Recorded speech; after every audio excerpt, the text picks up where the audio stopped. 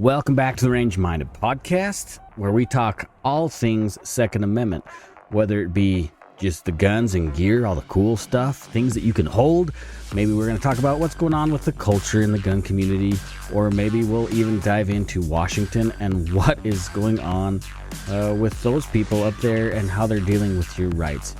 I love the Second Amendment, and I love to share that passion with you. So stay tuned. We're going to be talking about a few different things in this episode. First of all, I wanted to revisit some stuff that we talked about a couple episodes ago, and that is referring to the Hearing Protection Act and the Short Act. I want to just talk about where they're at, what's going on with them. Maybe we'll talk about what they are a little bit deeper. And then I want to talk about something that does kind of concern me, and that's what's going on with the ATF and the DEA. So please stay tuned as we talk about these things and have this conversation, because I think they're important and I think you're going to enjoy it. So stay tuned.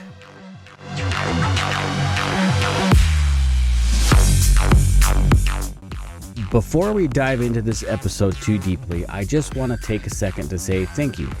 Thank you to you guys out there listening, whether you are hanging out in your car in traffic, or maybe you clean your guns or whatever while listening to the show. It's awesome. I appreciate it. I know your time is valuable and it means a lot to me.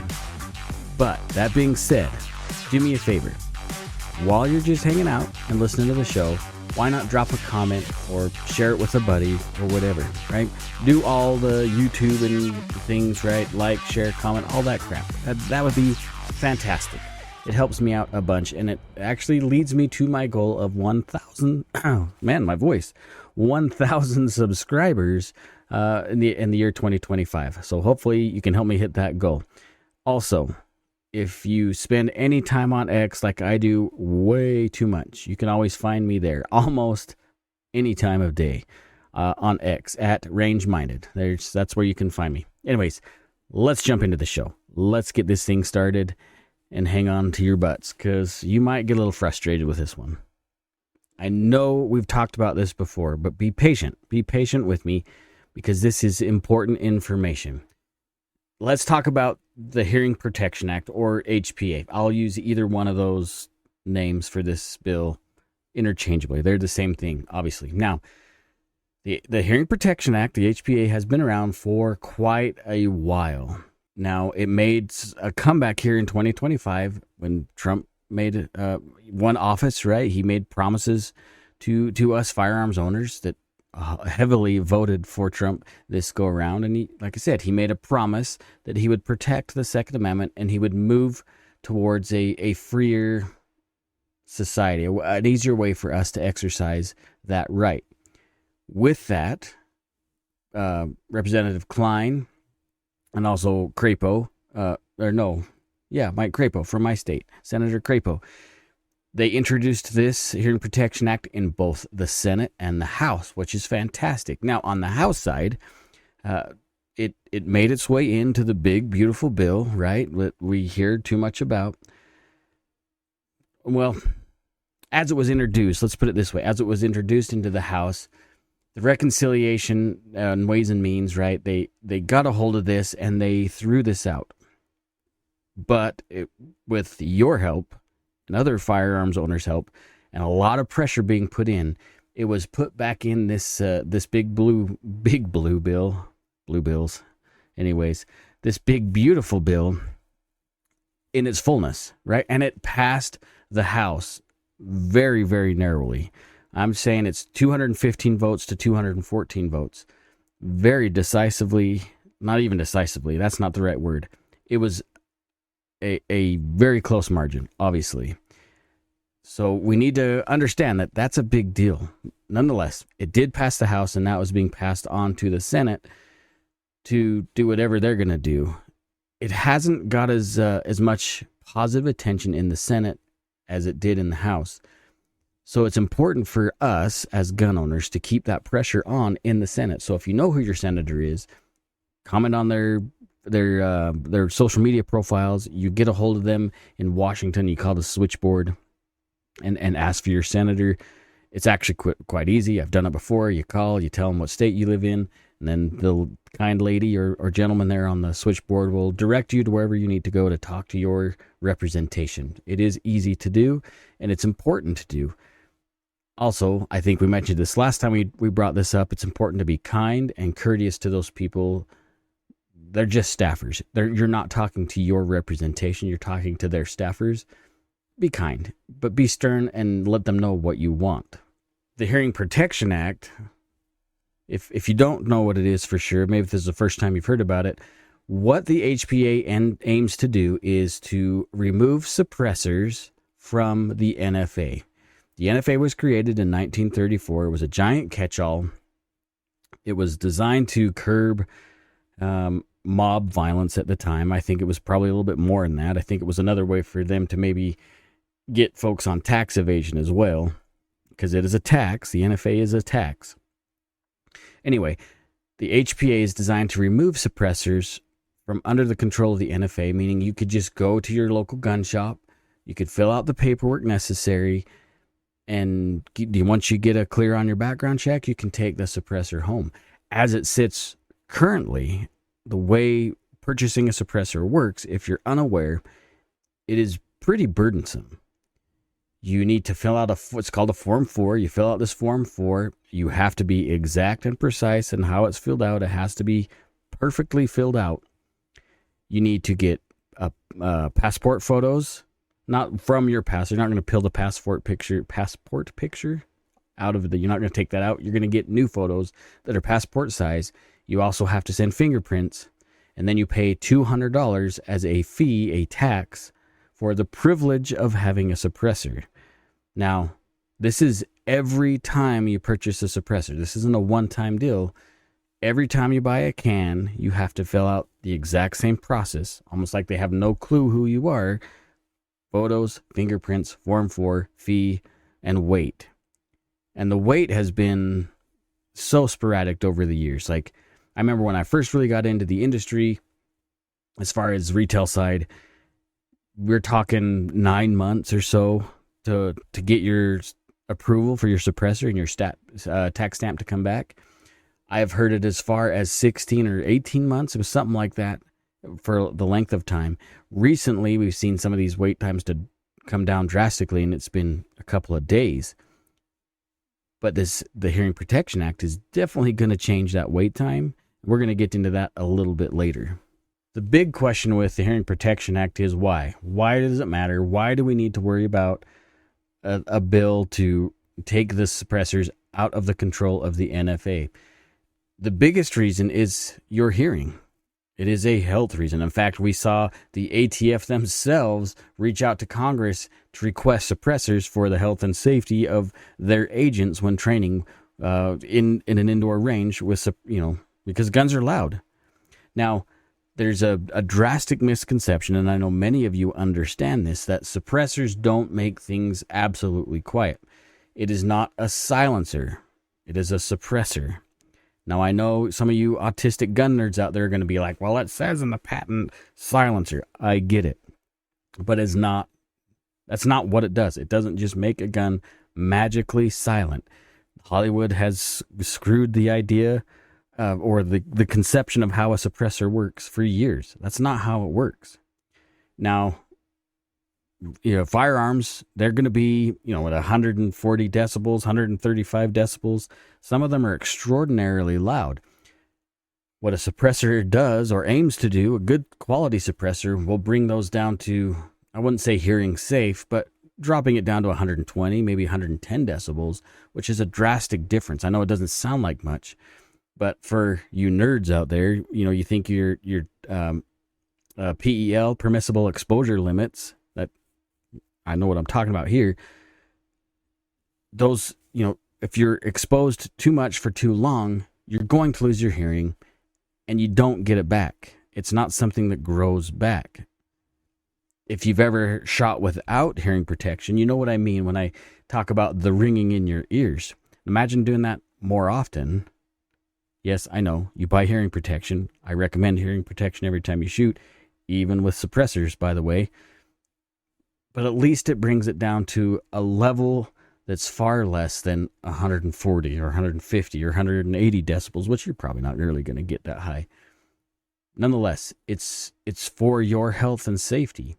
And that's what I appreciate about Representative Klein and also Senator Crapo, that they're willing to introduce this as an effective means to protect shooters, whether they be hunting or at sport or even in self-defense issues. It's a way to keep their hearing, a little bit better in line. It's not rocket surgery, but I guess it is fluid dynamics and that kind of stuff. Nerdy stuff. Nonetheless, suppressors are cool. They should not be in the NFA. Again, like I mentioned earlier, it made it through the House and now it's sitting in the Senate. That's where the Hearing Protection Act is right now, is sitting with the Senate. The problem is with the Senate is it hasn't really garnered as much favor or attention as it did for the House. Representative Klein is still pushing it as much as he can. Again, that's where we come in as citizens. We need to be talking to these people that are representing us in Washington and say, hey, I want this included in its entirety and I want you to pass it. That's what needs to happen. That's the only way it's going to happen, is if they see that their constituents want this to be there. Otherwise, they'll just vote the way they want to vote, or those that have a really loud voice but are a small minority, like Moms Demand Action or some of these other groups, they're going to catch the ear of these senators because they're the loudest, squeakiest wheel. More like screechiest wheel, I suppose. So we have to be active and participating in this whole system in order for it to work correctly.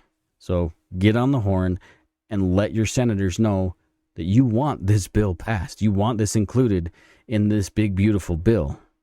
We want the Hearing Protection Act to take place in its entirety. The next thing I want to talk about, which we didn't touch too much on when we talked about this a couple episodes ago, was the SHORT Act, the Stop Harassing Rifle Owners Today. I had to look at my notes because it's a ridiculous name. I get it. Nonetheless, stupid name, good bill. Let's put it that way. So what the SHORT Act aims to do is we talked about suppressors being removed from the NFA, but let's go one step further. Let's take short-barreled rifles, short-barreled shotguns, and any other weapons that are in a shorter configuration out of the NFA as well. Why not? Now, this would include modern sporting rifles that have a barrel length shorter than 16 inches, that aren't pinned or welded, if you know what that means. We can talk about that at another time if you like. Shotguns that are less than 18 inches in barrel length. And again, some of these any other weapons that are smaller. Now, these, you might think that this is just like a novelty item, but I want you to look at AR pistols, by the way, because the last administration was really pushing your AR pistol to be put in as an SBR. This would help mitigate and remove that potential issue down the line by saying, no, doesn't matter the length of the rifle. The barrel doesn't make it more accurate or more dangerous or more concealable. That is an asinine argument. Let's just remove these from the NFA and make them available the same way that the HPA works. Makes them available at your local dealer. You fill out and pass your background check, and then the firearm gets transferred to you. No other red tape, no other BS. Now, the way it sits now is much like suppressors. You fill out a form, you pay your tax fee, fingerprints, photographs, all this other crap. You send it and you wait, and you wait, and you wait. It could be a few days. It could be a few months. It just depends on whether, like, where you sit in the stack of background checks or how they're feeling that day back at the FBI background check system. It really is anybody's guess. By the way, side note, guess what they're using to do the background check on you that you just paid $200 for?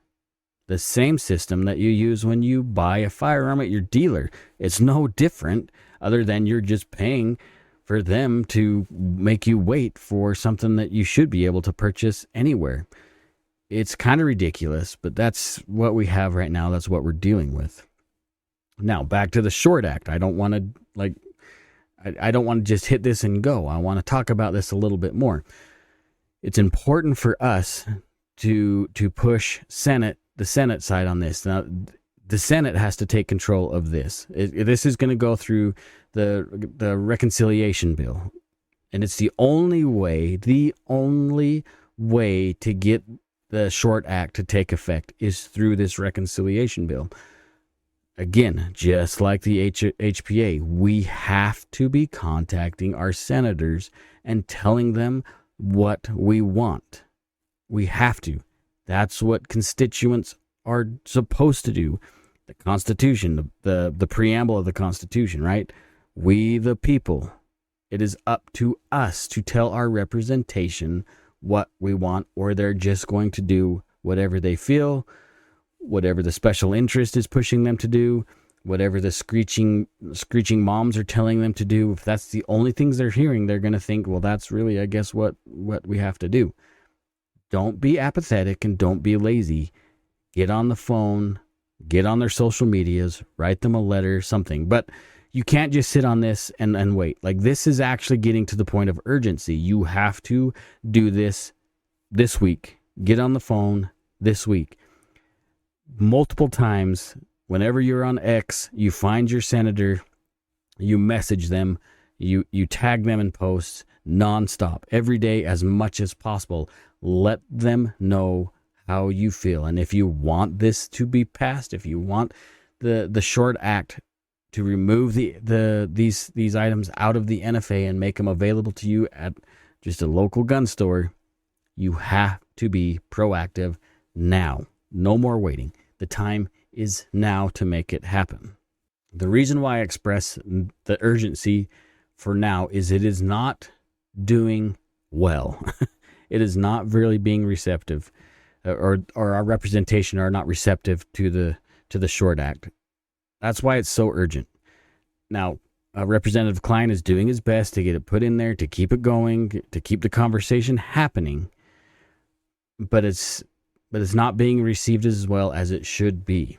Now, we can't discount the fact that the NRA and gun owners of America and some of these other groups are actively fighting. They're actively fighting for your rights. Like, they're trying to do the best that they can. And this costs money, by the way. This isn't free for them to speak for us. So maybe consider donating. It's also really nice to see the NRA doing NRA things that they haven't done for the last 25 years. It's nice to see them proactive again. And I commend you, by the way, NRA, if any of you guys are watching this, thank you for doing the right thing again. It's about time. Maybe it's time for me to start making donations again. I still haven't made that leap yet. It might be time. I don't know. That's neither here nor there. We need to recognize that both the Hearing Protection Act and the Short Act are trimming. I don't want to say it that way. They're reducing government overreach. They're allowing us as law-abiding firearms owners, as legal citizens who vote, it is allowing us to exercise our Second Amendment rights the way that we want and the way I believe the founders intended it to be. The right of the people, to keep and bear arms shall not be infringed. To me, that's fairly clear. The people, not a militia, the people, their rights shall not be infringed. So turn up the heat and don't stop until this bill passes the Senate. That's the only place the Short Act will have any traction, is through the Senate. So I can't encourage this strongly enough. It's a big deal. Okay, so we talked about the Hearing Protection Act and we've talked about the Short Act. I was wrote some things down. I was wondering and brainstorming a little bit, what are the pros and what are the cons if these things happen, right? Let's just go to our happy place and say, okay, these pass the House, these pass the Senate, and now the president is going to sign them into law. Let's hope this happens. But what are the pros and cons? What are the things that we can look forward to, and maybe the things that we should watch out for? The first one I came up with was access to suppressors, right? Let's just go with the Hearing Protection Act first. The ease of access to suppressors, obviously, it's going to be much more available to a wide variety of firearms owners, right? We're not going to have to go through the burdensome thing. We talked about how crazy it is to get a can. Now you can just go to your dealer. You I almost said you pay the fee. You don't pay the fee. You buy the suppressor. You fill out your background check. And once you pass it, you take that home. The ease of getting these health and safety devices into people's homes, into their range bags, is going to be much, much better. That's the first one I came up with. Really, this next one probably should have been number one. Let's be honest. Is the health benefits, right? We talked about how it drastically reduces those decibel levels to maybe not be hearing safe, but to the level of you don't need to put earplugs in and earmuffs on because of how loud that firearm gets. This just muffles the sound. Really, a suppressor is just a muffler. So the benefits to your hearing and your ability to shoot longer and more enjoyable, it also kind of reduces recoil. In some cases, it's going to be a better experience and a healthier experience for shooters all around. The next one on my list, number 3, was cost savings. No longer do we have to pay that $200 fee. Now we just buy the suppressor at whatever the retail price is. There's a definite benefit there. Not only that, the savings in that $200 up front, but maybe there's some savings in traveling back and forth to the range or the retail spot where you're buying your suppressor. So there's time savings, there's cash savings, and you're also not having to pay that ridiculous $200 fee. So that's a win. And not only do we not have to pay that $200 fee, so we're saving money, but again, the time saving is there. So becoming an owner of a suppressor is going to be much, much faster. Assuming that you don't have anything on your background check that raises a flag, you just have that time there at the dealer to pass the check, fill out the paperwork, and bounce, right? That's kind of a nice thing. And I don't know if this is the way it's going to end up working for sure, but I know in my state, if I have a valid concealed weapons permit, and I know many other states are the same way, I've already passed my background check because I have a valid concealed carry permit. So that means I fill out the paperwork, I buy the suppressor, and boom, I'm out shooting with a quieter firearm. To me, that is a huge benefit. When it comes to the Short Act, and we get short-barreled rifles and short-barreled shotguns out of the NFA, the benefit there is, there's a sporting use. It's a lot nicer in competitions to be able to run a shorter rifle. If you've ever shot any kind of competitions, you can understand how that might be as far as swinging left to right. It doesn't really work for sporting clays, by the way, because a short shotgun, it's just not going to be effective for, sport clays or even hunting. It's not going to be very effective that way. But a big benefit would be for home defense. I mentioned that earlier. Being able to maneuver with a shorter barrel length, whether it be a shotgun or a short-barreled rifle, it is way easier to maneuver in confined spaces, i.e. a home defensive situation. That's a big benefit.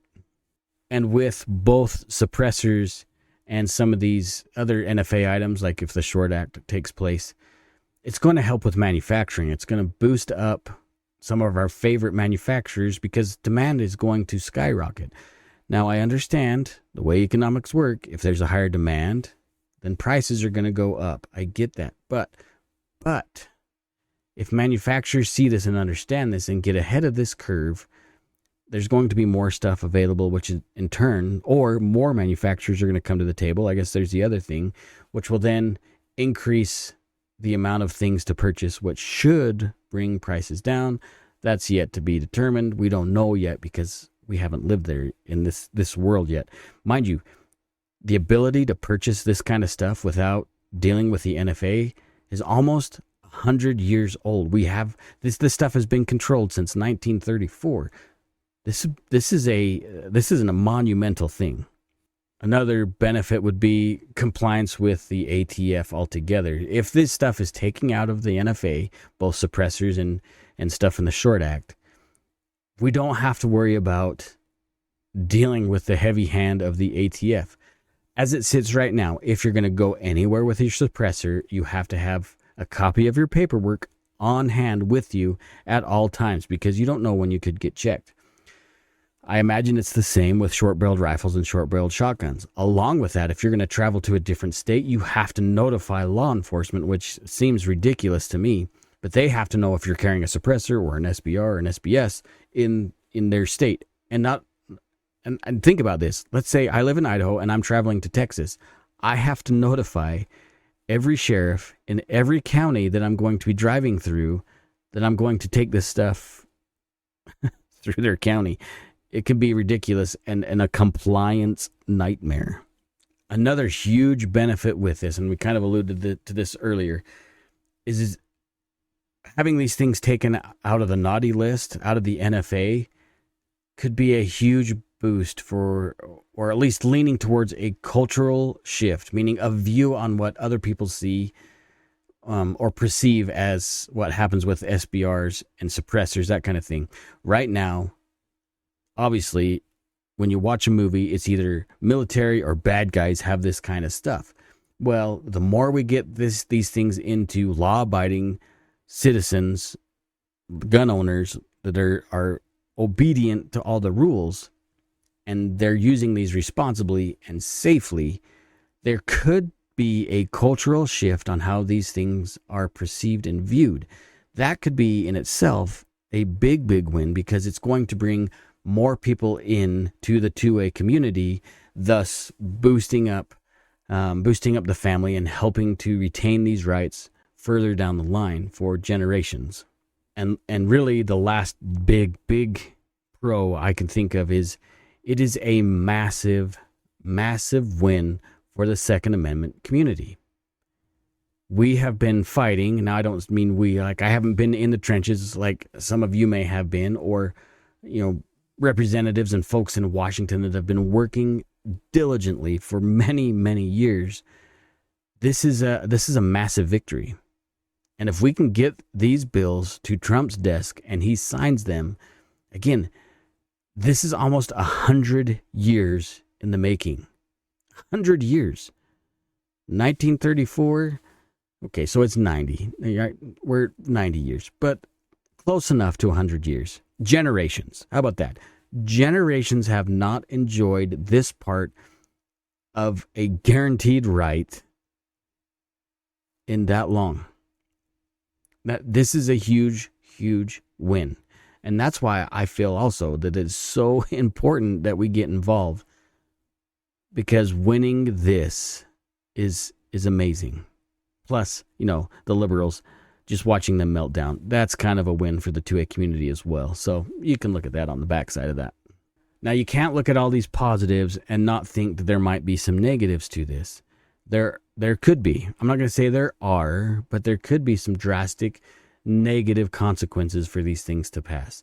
And the number one thing is, first off, is there's going to be increased scrutiny. So as soon as these things get taken off the NFA, anti-gun groups, anti-gun news organizations, they are going to be laser focused on anything that happens with these items. Anything.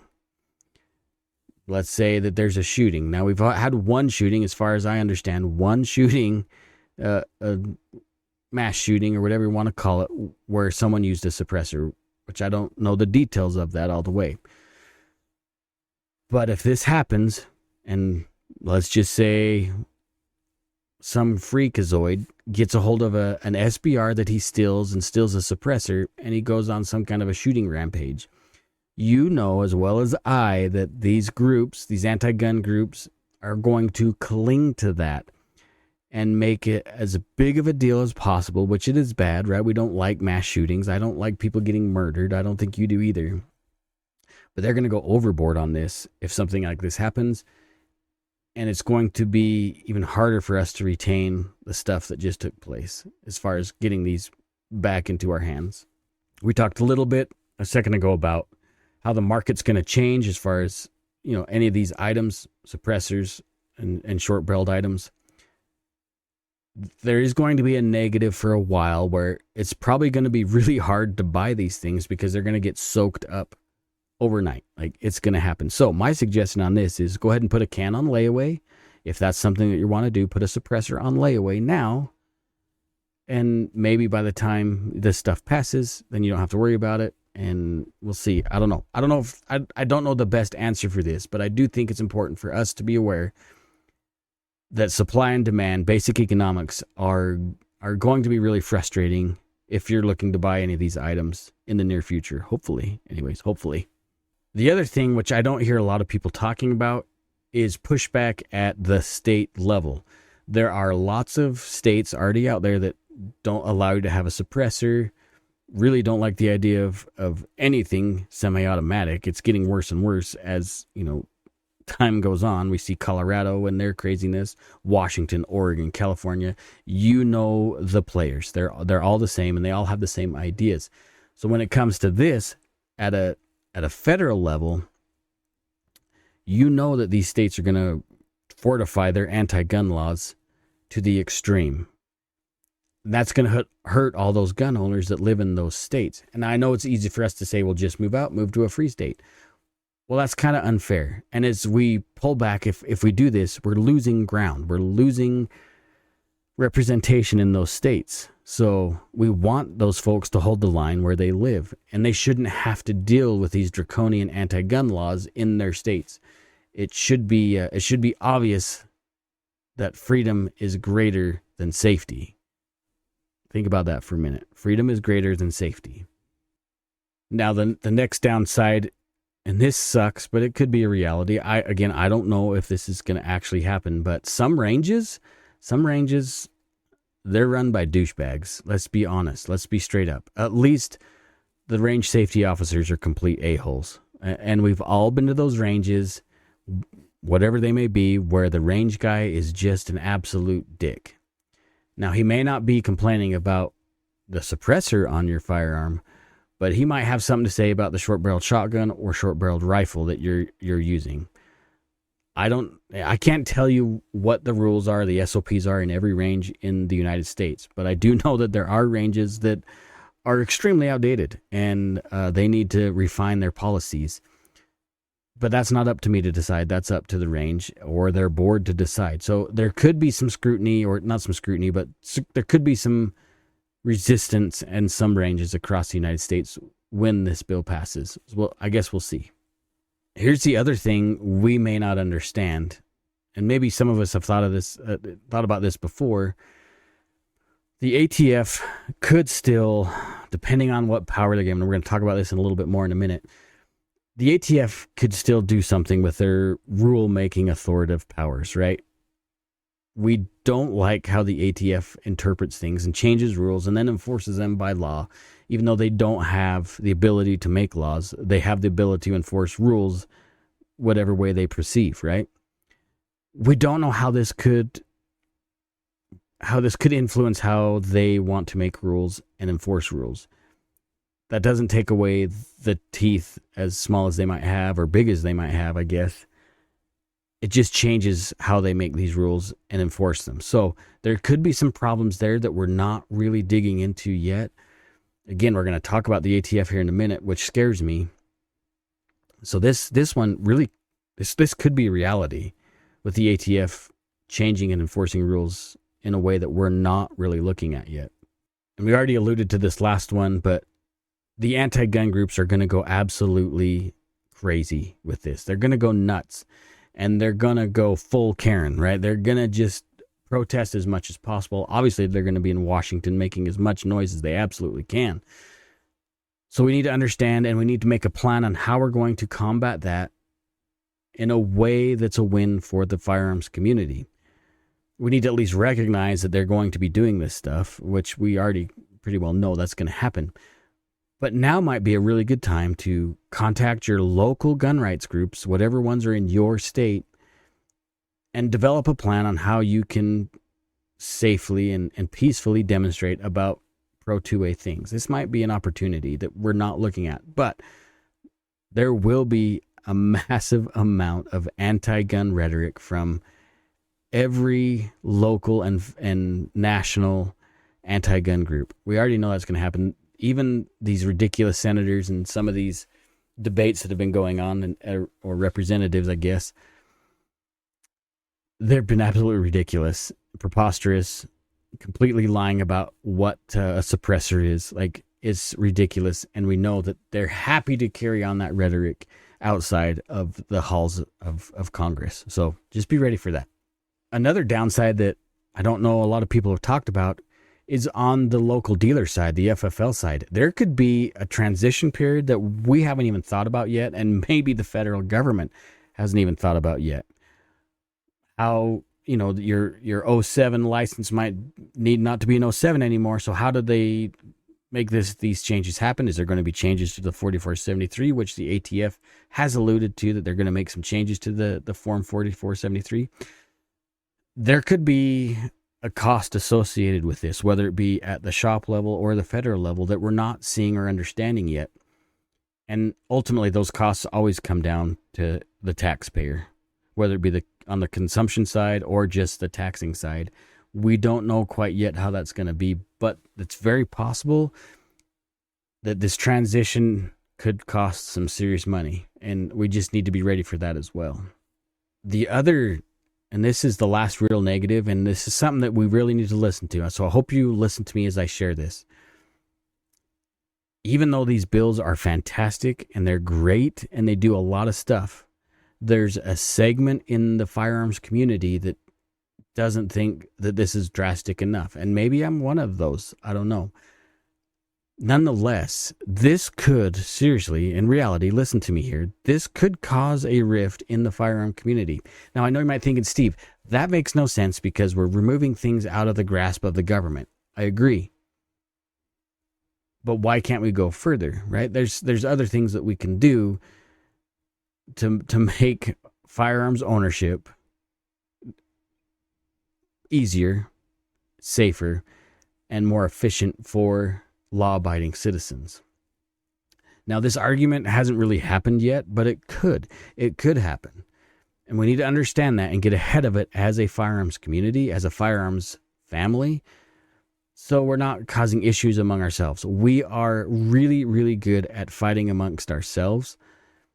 Better than the anti-gunners attack us. We attack ourselves way better than any of these anti-gun groups. We need to stop that. And we need not to let these bills, if they could, I don't know, they may not, but if they could cause some kind of a rift, we need to work together and not argue about stuff that we already have one enemy. We don't need more than that. So I guess that's where I'm going with that. It really is a mixed bag. Well, again, we don't know what's going to go on. We have to stay engaged. We have to stay involved, but it's a wicked crazy ride, and we just got to hang on and maybe enjoy it, maybe fear it. I don't know.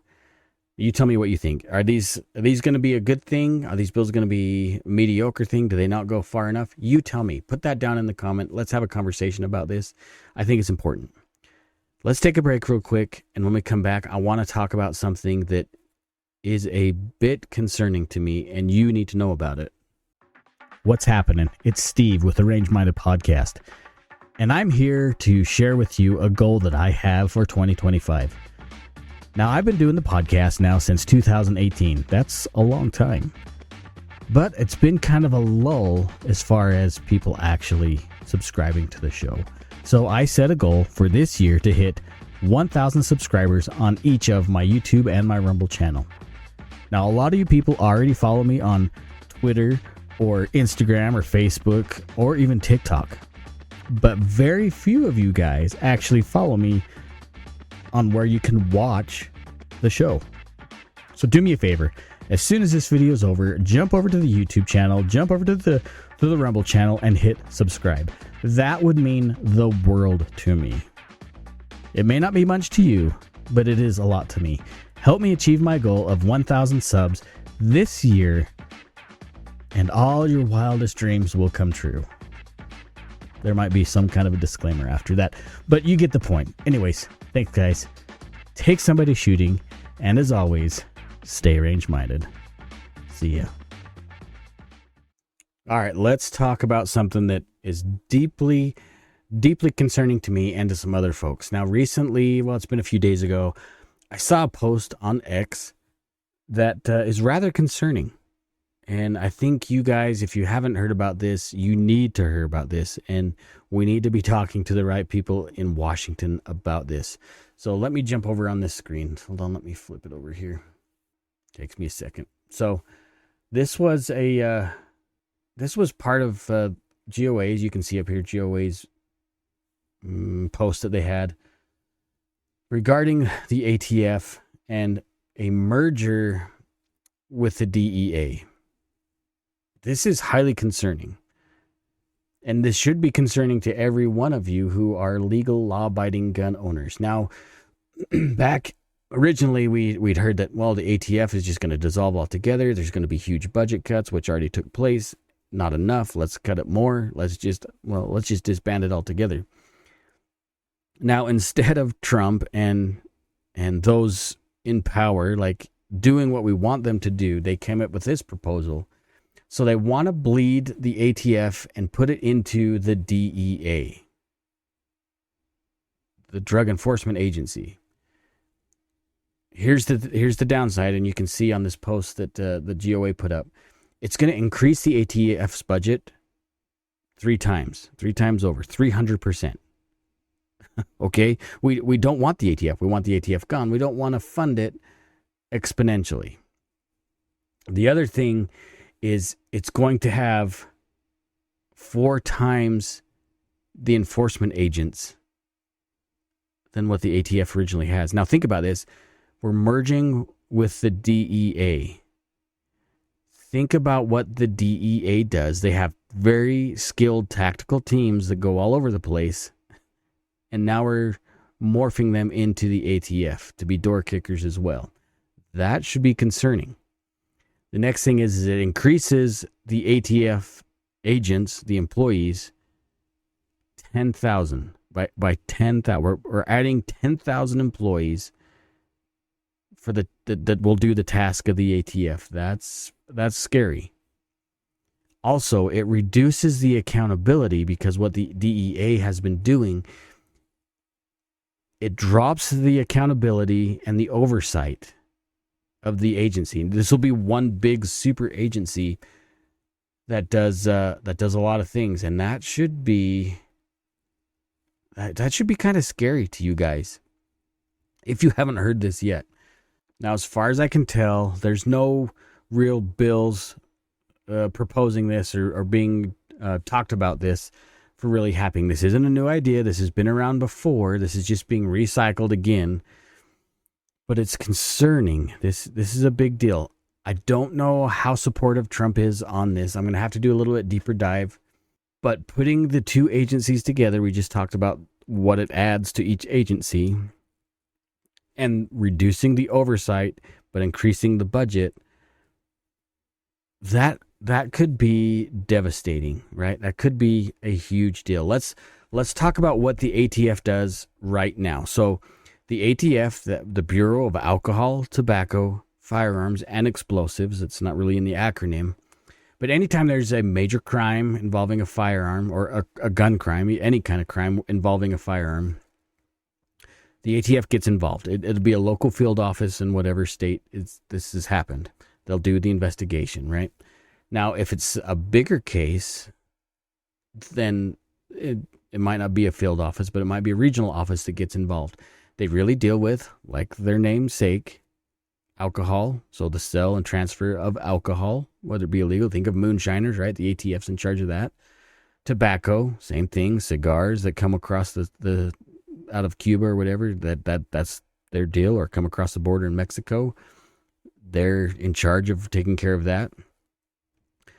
Alcohol, tobacco, firearms, right? We already know what they're dealing with guns. We see what they do with the firearms thing. And then explosives. So they regulate any kind of destructive device that's legally changes hands, or any kind of crime using explosives. They're getting involved in this investigation. Now, not only do they use the local field offices, but the FBI gets involved, and the local sheriffs or other local law enforcement get involved in this whole investigation.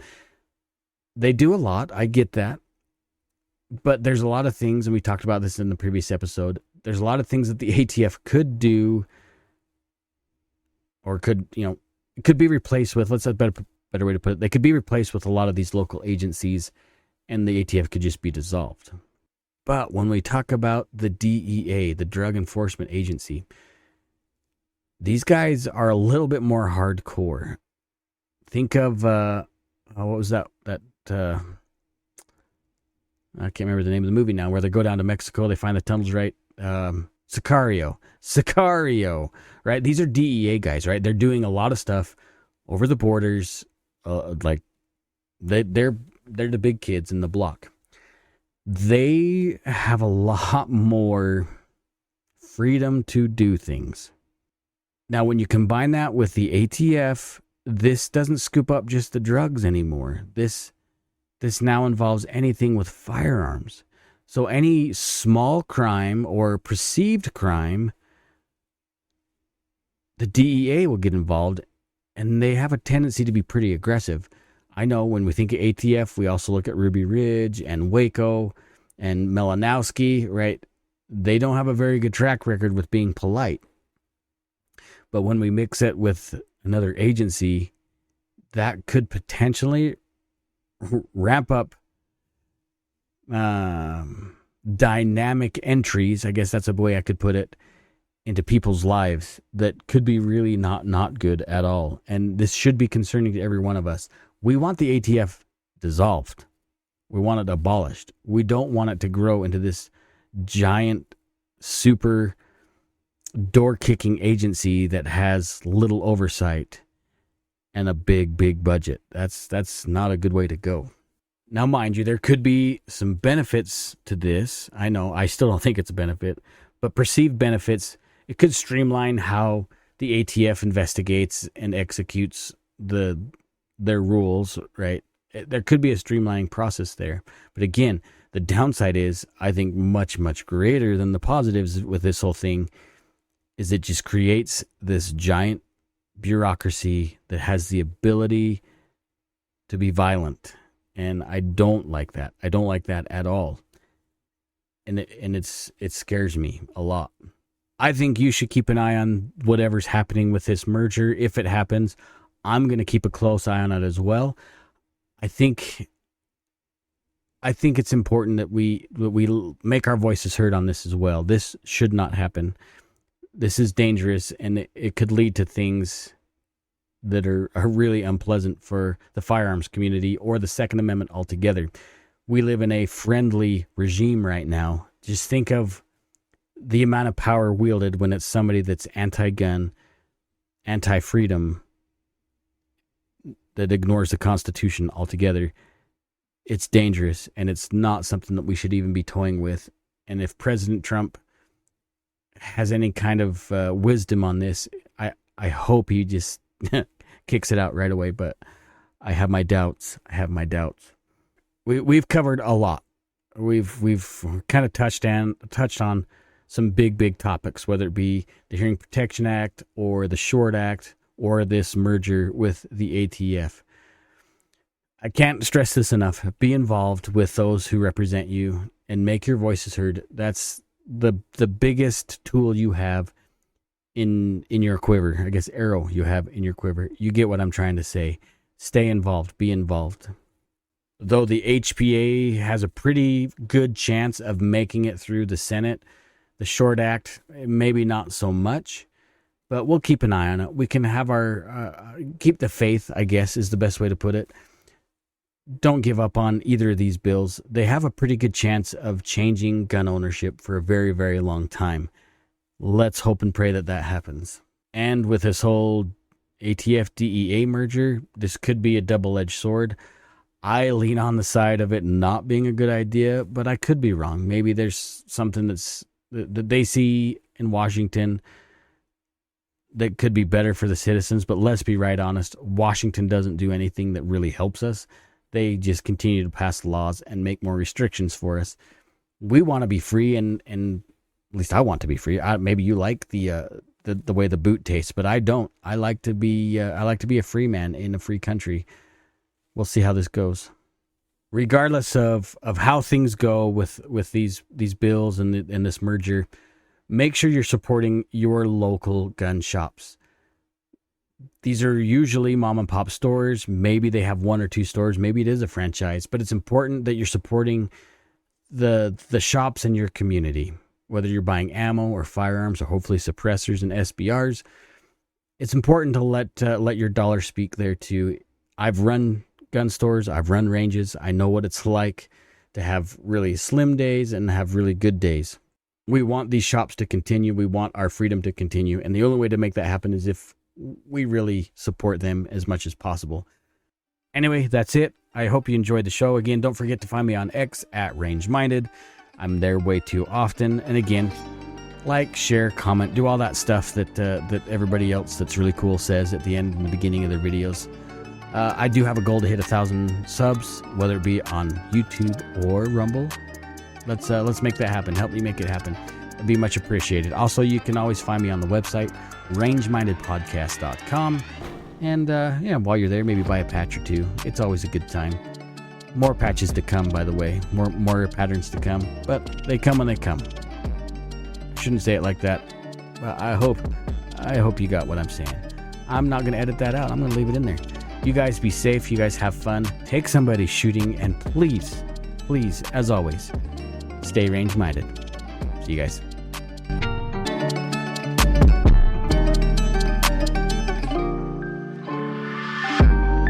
You need a shotgun. You need a shotgun, man. It's got a good spread.